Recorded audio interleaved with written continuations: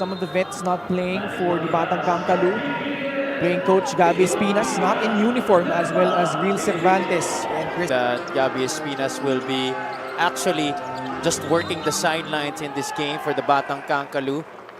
Yeah. And that's a good start for Bacolod, as Miles Cañal, who has been playing well as of late, of a big place in their rotation moving forward. Great pass by Sobrevega. And sliding in was Miles Cañal. Jan Sobrevega, Opunan. And it's not just scoring, it's also facilitating and playmaking for his teammates.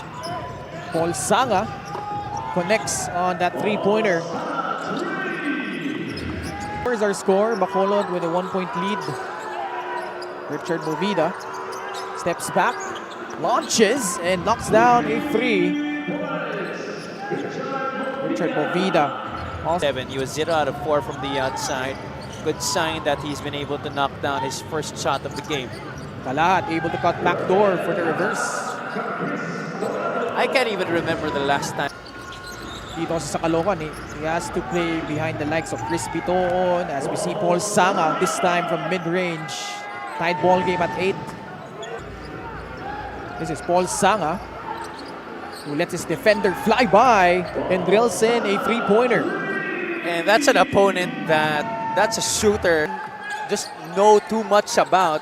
Went against Paul during their college days in the UAAP, and I'm sure they witnessed a lot of those outside shots fall. It will go up against guys who are his size, maybe a slightly taller. Pero bihira pa siya dun sa mga teams na nakakalaban nila na makabantayan isang... Forgetting where it all started. Back to you guys. Great report from Lyra Punsalan, and those two guys, especially Jeff, pareho silang taga Bacolod. Jeff Manday started his career with Santa Ana. Jeff Manday and JJ Manlangit para dito sa mga naka-orange. That time though, a great pass, but Manlangit could not finish, but it's the putback. This is more a defensive unit that Trigger it in from the sideline. Irvin Palencia, the pass, Manday. Oh, able to beat the buzzer. They will check it, but it looked good in real time. yes. I mean, in terms of age, si Pau Pau, Coach Pau Pau, and Coach Gabby Espinas. Although, nandun din si Coach Toto Dohillo for Caloocan. As we see JJ Manlangit get a free run to the basket. That's a Irvin Palencia, kick out pass. Manday sa kabila naman. Second free for Jeff Manday. Totally new group. So Jeff Manday remaining there for the Batang Kangkalu. Another three, this time by Josh Flores.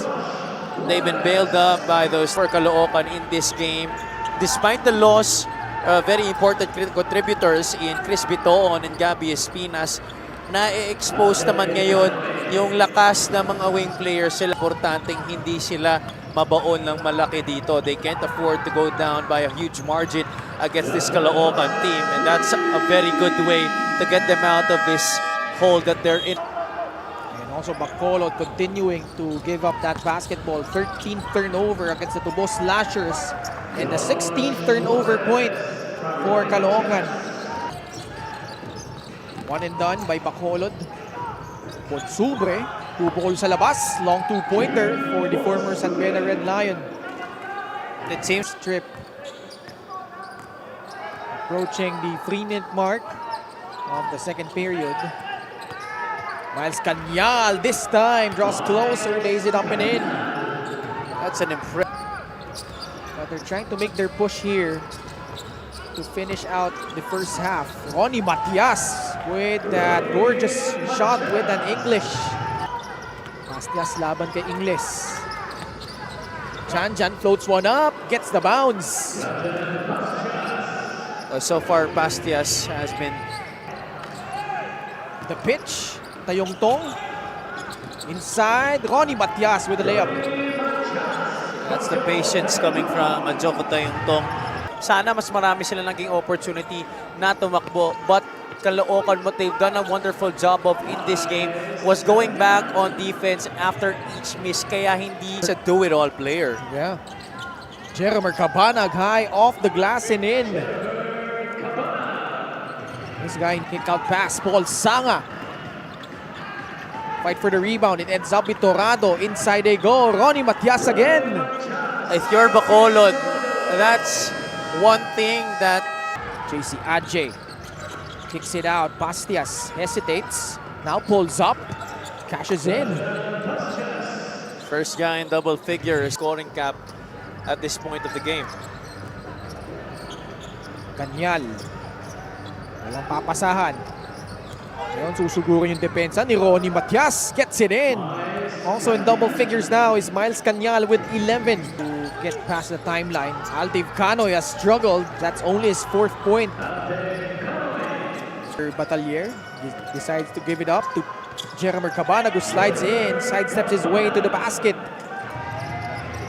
India on the right side. 8 seconds on their shot clock. PJ inside, floats one up and in. That possession for Bacolod, both Them.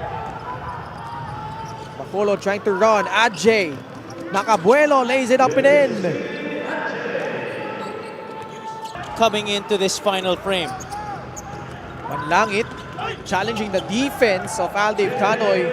Gets the layup to go to begin the 4th quarter. For them to secure the basketball, he's been able to help them get those rebounds and help them get an opportunity to score on the other side. Not much. Shown it all in this game. Outside shooting, defense, as well as finishing on the break. But this guy also has brought Matias, Manday, and Manlangit for Caloocan. Jeremer Cabanag still can't find a mark. Matias able to roll that one through. Caloocan, Mr. Last 3-point blank. Tayong Tong kick out pass. Cabanag draws closer. Pull up jumper is pure. Cabanag can be very streaky. Nilabas papunta kay PJ Intia. Laban kay Jeremer Cabanag. PJ sasalaksak. Puts it up and in. Plus a foul.